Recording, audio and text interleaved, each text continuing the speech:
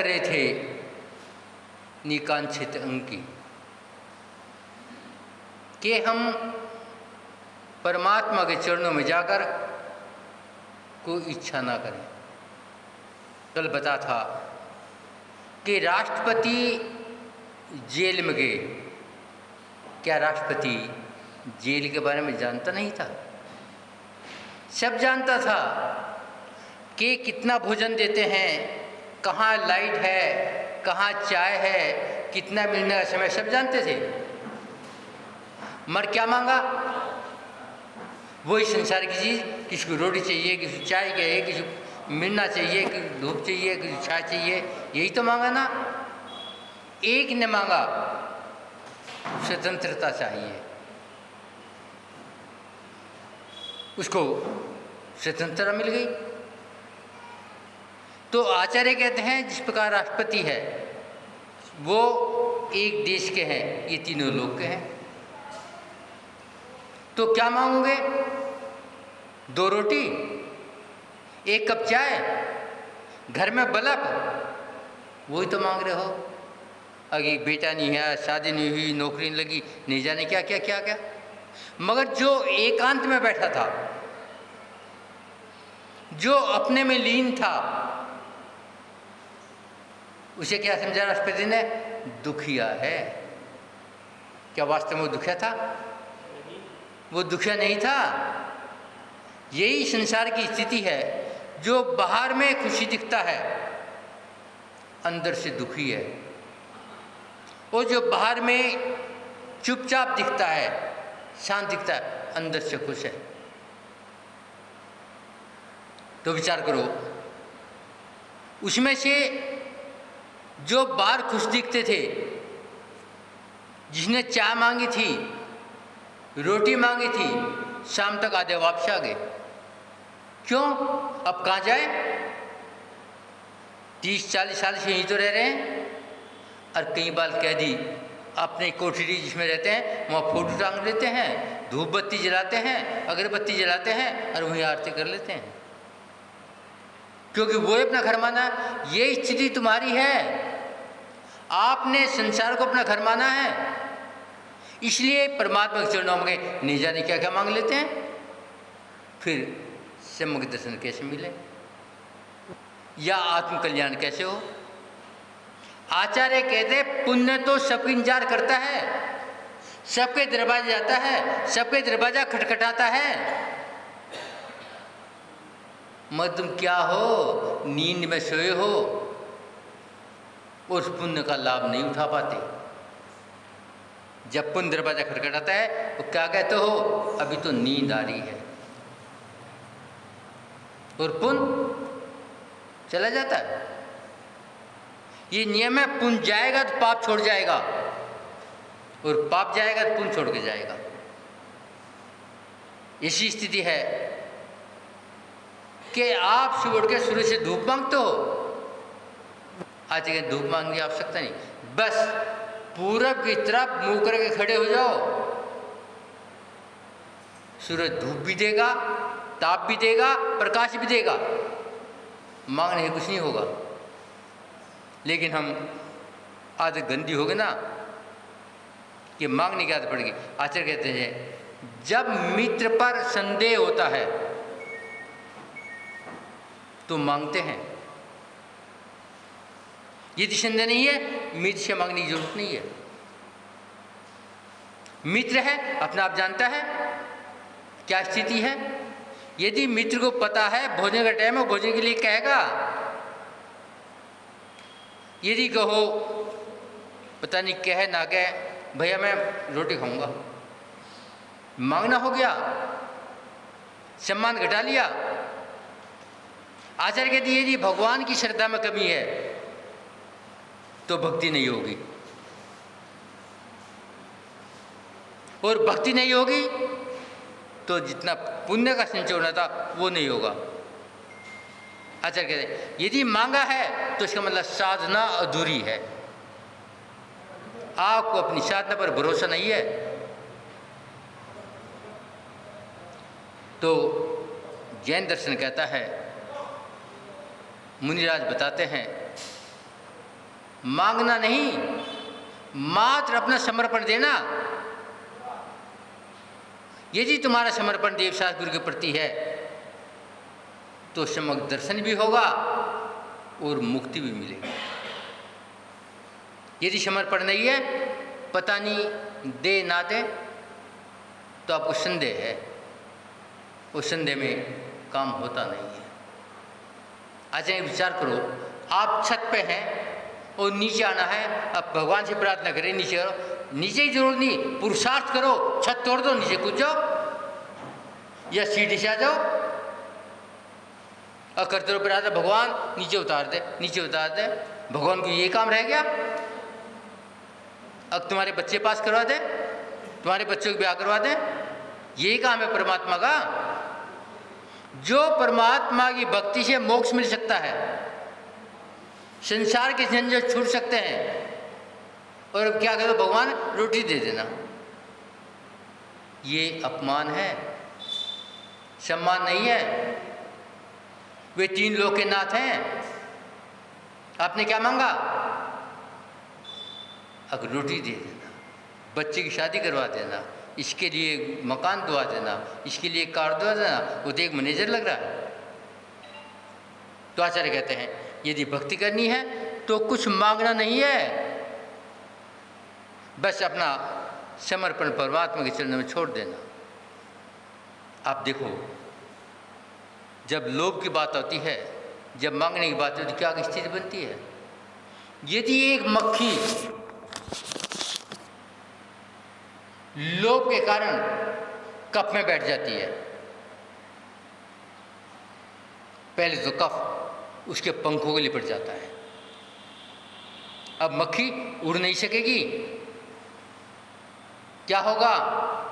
उसमें मर जाएगी। यदि उसे सब्र होता तो कहाँ बैठती? किनारे बैठती और किनारे चढ़ कर सब कुछ कर जाती। तो आचार्य भी बताना चाहते हैं, यदि तुम्हें परमात्मा की भक्ति करनी है तो अपने आप को संभालो, लोभी मत बनो, अब बीच में फंस के मर जाओ उस मकड़ी की तरह जो घर बनाती सुरक्षा के लिए, और क्या होता है? छुट्टी, उसमें मर जाती है। तो आचार्य कहते हैं निकांक्षित बिना इच्छा के जब हमारा समर्पण होगा, जब हमारा काम कल्याण होगा। आचार्य बताते हैं मन के अंदर नित प्रति इच्छा पैदा होती रहती है, जैसे सागर में लहरें बनती रहती हैं और मिटती रहती है। लेकिन इच्छा एक बनी यदि पूरी होती है, दूसरी 2 तैयार है। ये सागर की स्थिति है। सागर कभी बगैर लहरों के नहीं रहता। लेकिन स्वामी महावीर कहते हैं क्या? चलो देखो मत, अब कितना रास्ता चलना है, कितना नहीं चलना है। चलोगे तो मंजिल मिलेगी। गीता में नारद कृष्ण ने भी कहा अपना काम करो, फल की इच्छा मत करो। यदि तुम्हारा समर्पण है, तुम्हारा पुरुषार्थ सही है, तो कौन देने लेने वाला? कि तुम्हारे पास इतनी सिद्धि बड़ी है कि तुम्हें समग्र दर्शन होगा। और ये समग्र दर्शन होगा तो मुक्ति भी होगी। आचार्य कहते हैं यदि हमारी दौड़ समीचीन है, कुछ मांगा नहीं है तो मिलेगा, मगर इच्छा क्या है? इनके पास अमुक चीज है, मेरे पास होनी चाहिए। इनके पास अमुक गाड़ी है, मेरे पास होनी चाहिए। इनकी कोठी ज़्यादा सुंदर है, ज़्यादा बड़ी है, ज़्यादा ऊंची है, मेरी होनी चाहिए। लेकिन जो है उसका लाभ नहीं उठाया। आचार्य कहते हैं विचार कर, तेरा पुण्य कितना था, उससे कितना गुना मिला है। क्या तो इतना दान भी था जो ते जैन कुल मिल गया, इतना बड़े आदमी था, सुंदर शरीर मिल गया, इतना बड़े आदमी, इतनी बड़ी कोठी मिल गई, गाड़ी और नौकर मिल गए, दोनों टाइम भोजन भी मिलता है और मंच में मिलता है, और उसके बाद भी तेरी इच्छा है। तो इसका मतलब क्या है? इसका मतलब है मैं संतुष्ट नहीं हूं। एक बार की घटना, एक बेचारे को गरीब व्यक्ति एक कुटिया में रहता, प्री के नाम पे एक खटिया,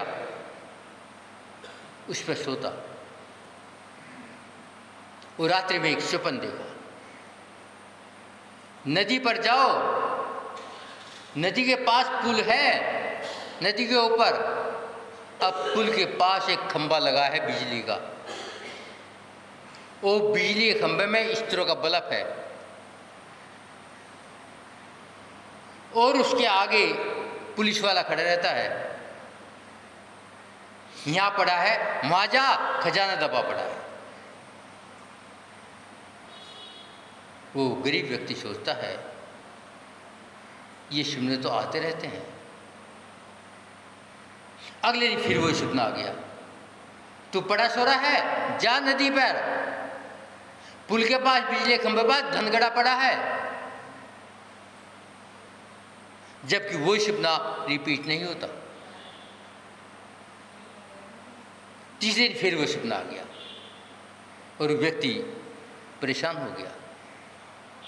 क्या कारण है? बार बार एक ही बात। और आज वो व्यक्ति वहाँ गया, देखता क्या है, बिल्कुल वही खंबा है, वही पुल है और वही बल्ब लगा है जो सपने में दिखाई दिया था, मगर साथ में पुलिस वाला खड़ा है।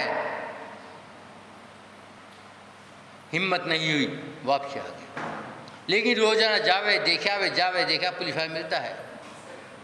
आज पुलिस वाले ने देख लिया, क्यों रोज चक्कर क्यों काटता है? क्या नदी में डूब के मरना है? मेरी ड्यूटी इसलिए लगी है कि नदी में डूब के मर ना जाए। बता क्या बात है? वो कहता, साहब क्या है बोल? अब मैं 3 दिन से ये सपना देख रहा हूं। अब नदी के पास, पुल के पास खंबा है, खंबे पास ये तो धनगड़ा पड़ा है। तो पुलिस वाला, मैं भी सपना देख रहा हूं। अब 3 दिन से कोई व्यक्ति ये सपना देखेगा और वो व्यक्ति नदी पाएगा। अब बिल्कुल तेरी शिकल है और मेरे सपने में दिखाया जा, तेरी खटिया के नीचे धन दबा पड़ा है, तेरी खटिया के नीचे धन है, चल मैं खोदता हूं। पुलिस वाला कहता है मैं खोदता हूं और धन मेरा हो जाएगा। वो क्या करता है? भाग लिया, वो जाके खटिया के नीचे धन खोदा, अपार धन मिल गया। तो आचार्य कहते हैं अपने अंदर खोद। और तू काम घूमता है, कभी नदी पे, कभी पहाड़ पे, कभी दुकान पे, कभी कहीं पे, और भगवान के चरण वहां भीख मांगता है। यदि अपने अंदर खोदेगा तो मिलेगा। क्या मिलेगा? समझ से मिलेगा और मुक्ति भी मिलेगी। मेरे कहा खोदता हूं मैं? खोदता नहीं, खोजता हूं। खोजने से सम्यक दर्शन नहीं मिलता, अपने अंदर खोदने से मिलता है।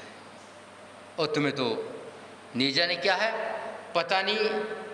जमीन खोदी, पानी मिले ना मिले, पहले एग्रीमेंट करो तुम्हारे से, अब मिलेगा, फिर नहीं मिलने वाला।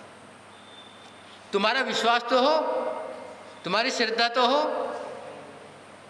आचार्य कहते हैं मांगने से कुछ नहीं। सिंगंतन भी मांगता मांगता मर गया और अपने को विश्व विजेता मानता था। कैसे मरा? तड़फ तड़फ कर मरा। और इतना परेशान हो गया, अब मेरे हाथ ही बाहर निकाल दो। क्यों? खाली जा रहा हूं, कुछ मेरे पास नहीं है। तो कहने का मतलब है, हम जरा विचार करके देखें कि यदि हम परमात्मा के चरणों में आके मांगेंगे तो क्या होगा। आचार्य कहते हैं आत्मा के जगत में इच्छा के साथ प्रवेश नहीं है। आत्मा के प्रदेश में, आत्मा के जगत में, आत्मा के संसार में, आत्मा के अंदर इच्छा के साथ में जाओगे, जगह नहीं मिलेगी। पहले इच्छा को विसर्जन करो। इच्छा का अर्थ है कि जो मुझे मिला है वो पर्याप्त नहीं है, वो कम है, उसमें संतुष्टि नहीं है। ये इच्छा का मतलब ये भी हो सकता है कि मैं पानी को मथना चाहता हूँ और उसमें नवनीत निकालना चाहता हूँ। आचार्य कहते हैं पानी के मथने की जो मेहनत है वो बेकार हो जाए, पानी में कभी नवनीत नहीं निकलेगा। या रेत को पील करके मैं क्या चाहता हूँ, तेल चाहता हूँ, नहीं मिलेगा। ये स्थिति जो देव शास्त्र गुरु से संसार की वस्तु मांगते हैं नहीं मिलेगी। मात्र ये स्वपन है। और फिर कहते हो पता नहीं अब एक साल से पूजा कर रहे हैं, अभिषेक भी इतने दिन करते करते नमोकार मंत्र मंत्र 10 तो माला तोड़ दी, हमें कुछ मिला ही नहीं, क्योंकि तेरी श्रद्धा ही नहीं है। यदि श्रद्धा होती तो इतने आगम भरे पड़े, उन्हें एक बार नमोकार मंत्र से कैसे मिल गया? मात्र एक बार पढ़ा है, 108 बार नहीं। अंजचों ने तो वो भी नहीं पढ़ा, आनंद तानम कुछ ना जाना।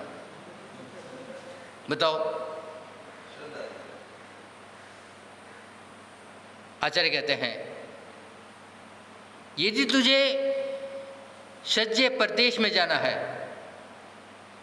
अपनी आत्मा के ऊपर में जाना, निकांक्षा, इसलिए आचार्य को कहना पड़ा कि मेरी कोई इच्छा ना हो, कोई चाहत ना हो। आचार्य कहते हैं इससे कभी तृप्ति नहीं होगी। जब तुझे संतोष आ जाएगा, जब तृप्ति। विचार करो, लोभी की तिजोरी कितनी भी छोटी कभी नहीं भरेगी,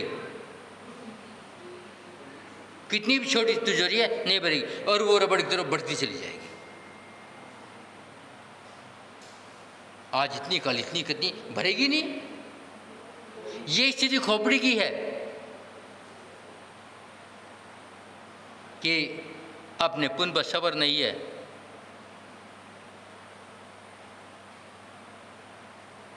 तो आचार्य कहते हैं भगवान के मंदिर में वही मांगो जो उनके पास है। उन्होंने भोगों को छोड़ दिया है, उन्होंने संसार छोड़ दिया है, परिवार छोड़ दिया है। आप क्या मांगते हो? वही तो मांगते हो। तो आचार्य कहते नहीं मिलेगा। आचार्य कहते तुम्हारी स्थिति क्या है? अग्नि के ऊपर पानी का पितला रखा है और पानी से कह रहे हो हे पानी भाप दे दे। मांगने से भाप मिलती है क्या? जब अग्नि पे पतीला का भाप तो बनी बनेगी। जब परमात्मा को चुनने में आए तुम्हारे काम तो हो ही होंगे, फिर मांगना क्यों चाहते हो? आपने कभी सोचा? क्यों नहीं सोचा? मात्र हम भिखारी हैं। आचार्य कहते हैं मांग भी दो तरह की होती है, इच्छा दो तरह की होती है। एक संसारी और एक संसार में रह करके आध्यात्मिक।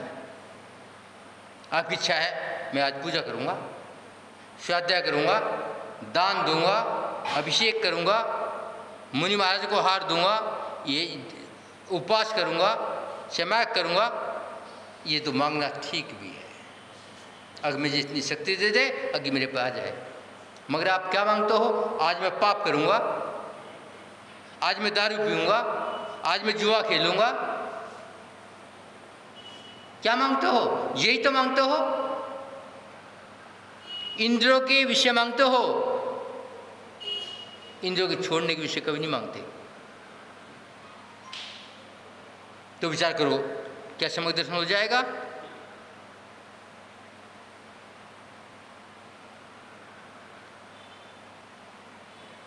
यदि सम्यक दर्शन चाहिए तो हमें अपने आप को संभालना होगा, सच्चाई को जानना होगा। आचार्य कहते हैं आपने मात्र सुना है और गर्दन हिला दी है, कुछ नहीं होगा जब तक वो बात अंदर नहीं उतरेंगी।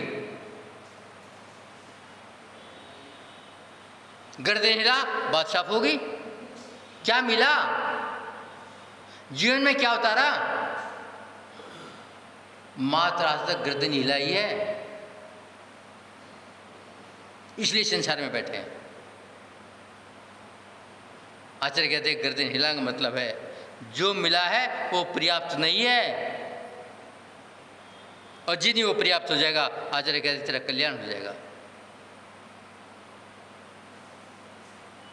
आचार्य समुद्र व्रत कहते हैं विचार करो, पहले तो कर्मों को निपटाना पड़ेगा, और जो मिला है कर्मों के अनुसार मिलेगा।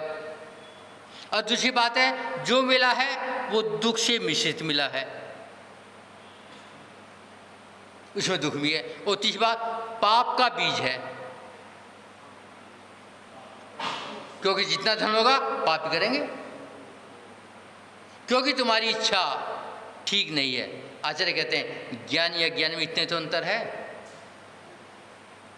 जो काम ज्ञानी करता है वो एक ज्ञानी करता है। ज्ञानी सोने की डली है और अज्ञानी लोहे की डली है, दोनों गंदगी में डाल दो। सोना जब भी निकलेगा कुछ घटा के नहीं निकलेगा, कभी निकालो पानी दो साफ हो गया। और लोहा जंग के निकलेगा, क्योंकि वो ग्रहण करता है गंदगी को, और सोना कोई चीज़ ग्रहण नहीं करता। ज्ञानी अज्ञानी की कोई खास बात नहीं है।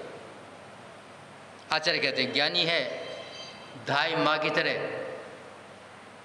धाय माँ जानती है अगर मैं बच्चे को पालती हूँ और बच्चा कई बार उसे अपनी माँ भी मान लेता है, पूरा ध्यान रखती है, दूध भी पिलाती है, भोजन भी करती है, सफाई भी करती है, मगर जानती है मेरा बेटा नहीं है। आचार्य कहते हैं जरा सुनो, आपने गणेश प्रसाद वर्णी का नाम सुना होगा। ये जैन नहीं थे, अषाटी थे। एक दिन उनकी माँ ने कहा, जब उन्होंने अपना धर्म ना मान के जैन धर्म में आने लगे, तो गणेश प्रसाद वर्णी की माँ ने कहा इससे तो मैं बिना पूत की होती वो ज़्यादा अच्छी थी। तो गणेश प्रसाद जी वर्णी कहते हैं चिंता न करो, बिना पूत की सही में चला। वो सगरा गांव के रहने वाले, एक दिन वो सगरा गांव के बाहर जिनवाणी सुन रहे थे, उन्हें वैराग हो गया और वहाँ चल पड़े। चलने के बाद में वो मंदिर में आए, माँ चिरंजीबाई मिल गई। चिरंजीबाई के संतान नहीं थी और पति की डेथ हो गई थी। घर में संपदा अपार, लेकिन जैसे ही गणेश प्रसाद वर्णी को देखा अंदर भक्ति जाग गई और माँ के लक्षण पैदा हो गए। स्तन में दूध आ गया। माँ चिरंजीबाई ने समझा कोई पुराना संबंध है। वो माँ चिरंजीबाई ने अपना बेटा बना लिया। एक छोड़ा, उसे बढ़िया घर मिल गया। माँ छोड़ी, माँ मिल गई। लेकिन पहले छोड़ने के भाव तो करने पड़ेंगे। एक बार माँ चिरंजीबाई गणेश प्रसाद वर्णी के साथ सोनागिरी गई दर्शन करने की दृष्टि से। अब मैं 3 दिन सोनागिरी रहूँगी। सोनागिरी पहुँचे अगले दिन ही थाने से टेलीफोन आ गया, घर में चोरी हो तुरंत आओ। तो माँ चिरंजी बाई थानेदार से कहती है, जो हो गया हो गया, मैं तो 5 दिन बाद आऊँगी। यह है शांति, यह है संतुष्टि। और आप होते चलो यहाँ तो दोबारा कर लेंगे, चलो पहले वहाँ चलो। जबकि गणेश प्रहरवर्णी पोस्ट ऑफिस में काम करा और वहाँ की नौकरी छोड़ दिया। और चिरंजाबाई भी टीकमगढ़ पास जो समेरा था वहाँ से छोड़ के बाद में वो बरवा सागर आ गए थे और बरवा सागर से सोनागिरी गए थे। बरवा सागर अच्छा कस्बा है। तो कहने का मतलब है, जब उसने कहा 3 दिन की जगह 5 दिन, वो 5 दिन बाद कहा जितना चोरी होगा उस परिग्रह का त्याग, वो परिग्रह दोबारा नहीं लूंगी। क्या मांगा भगवान से? अगर अच्छा हुआ परिग्रह घट गया, बिना मतलब की मुसीबत थी। वो घर आई, 1 पैसे का चोरी नहीं, कि चोर को माल मिला ही नहीं। जब मिला नहीं है ना, खिसियानी बल्ली खंबा खोचे, मिला नहीं, को दाल का डिब्बा उठाया फेंक दिया, चावल का मिला फेंक दिया, हल्दी फेंक दी, भाई माल ताल खिला के थोड़ा राशन पासन और चले गए घर। ना सोना मिला, ना चांदी मिली, ना धन मिला। क्यों नहीं मिला? क्यों? परमात्मा के चरणों में बैठी इच्छा नहीं थी, मांग नहीं थी। आपकी क्या स्थिति है आप जानो। यदि हम भी इसी स्थिति से जागेंगे तो आचार्य कहते हैं आपको सम्यक दर्शन भी होगा और मुक्ति होगा। ये हमारे निकांक्षित अंग बताता है कि मंदिर में आओ, गुरु के पास जाओ, वहाँ पर कुछ इच्छा लेकर मत जाओ। और इच्छा लेनी है तो काय की लो? मोक्ष मार्ग की लो, कल्याण की लो। यही निकाक्षण जो 8 अंगों में सम्यक दर्शन का दूसरा अंग है, वो यही बताता है। ओम शांति। चलो।